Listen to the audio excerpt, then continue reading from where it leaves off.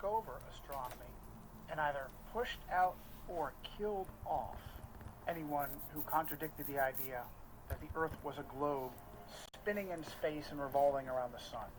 Even those that met her halfway didn't keep her happy, and she dealt with them as well. Teague Ottenson Brahe, whose nickname was Tycho, accepted the idea that the Earth was a globe spinning in space, but still believed that his own observations and data proved that the Earth was the center of the solar system and not the sun. This is known as geocentrism. Tycho wanted to follow in the steps of Martin Luther and studied at the University of Wittenberg, but was forced out by the plague. Brahe's life appeared to be frequently in danger, and in 1566 he lost a large portion of his nose in a duel. He was 20 years old at the time. He later died under mysterious circumstances at the very young age of 54. One of those who claimed it was simply an illness, a bladder infection contracted during a banquet in Prague, was his understudy Johannes Kepler. Kepler was a German astronomer and supposedly a Lutheran, yet he had an intimate relationship with Jesuits. In 1597, Archduke Franz Ferdinand II of Austria banished all Protestants, good Roman Catholic that he was, and Kepler fled to Hungary. But the Jesuits intervened and convinced Ferdinand to allow him to return. Kepler grew up with a Jesuit uncle under the same roof of their house in Wildestadt. Uncle Sidaldus was a Jesuit astrologer who also kept a wife.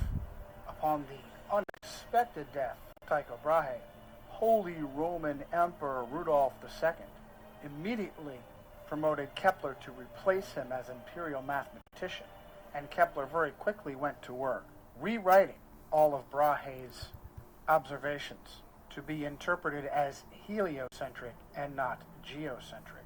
In a paper titled Kepler's Relation to the Jesuits, Dr. Jörg Schuppner at the University of Leipzig noted that it is well known that the order of the Jesuits was the most important and the most active Catholic order in the field of science during the 17th and 18th centuries. One field of particularly intensive successful study carried out by the Jesuits was astronomy. Many of the names are associated with the important discoveries in the history of astronomy, such as the discovery and mapping of moon craters. It is nearly impossible to list all the names of those who made serious contributions as astronomers or mathematicians.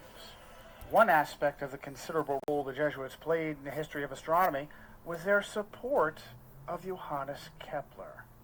Some of them stood in extensive correspondence with Kepler. Now, it was obvious, protesters like Luther and Calvin, that something fishy was going on in Rome, and the papacy needed plausible deniability while she rewrote our reality. That propaganda was presented by Italian astronomer and mathematician Galileo Galilei, and it's absolutely fascinating what user-edited Wikipedia says in the entry for Galileo Galilei under the subtitle Galileo, Kepler, and Theories of Tides. Cardinal Bellarmine had written in 1615 that the Copernican system could not be defended without, quote, a true physical demonstration that the sun does not circle the earth, but the earth circles the sun.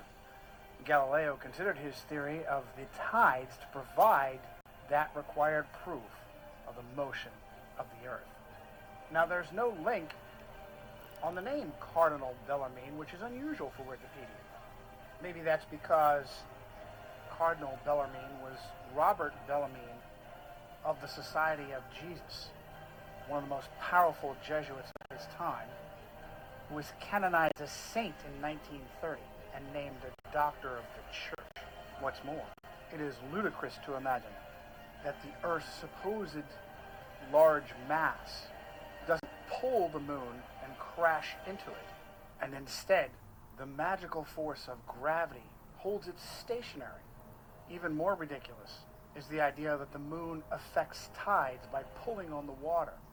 Again, the magical, mystical force of gravity is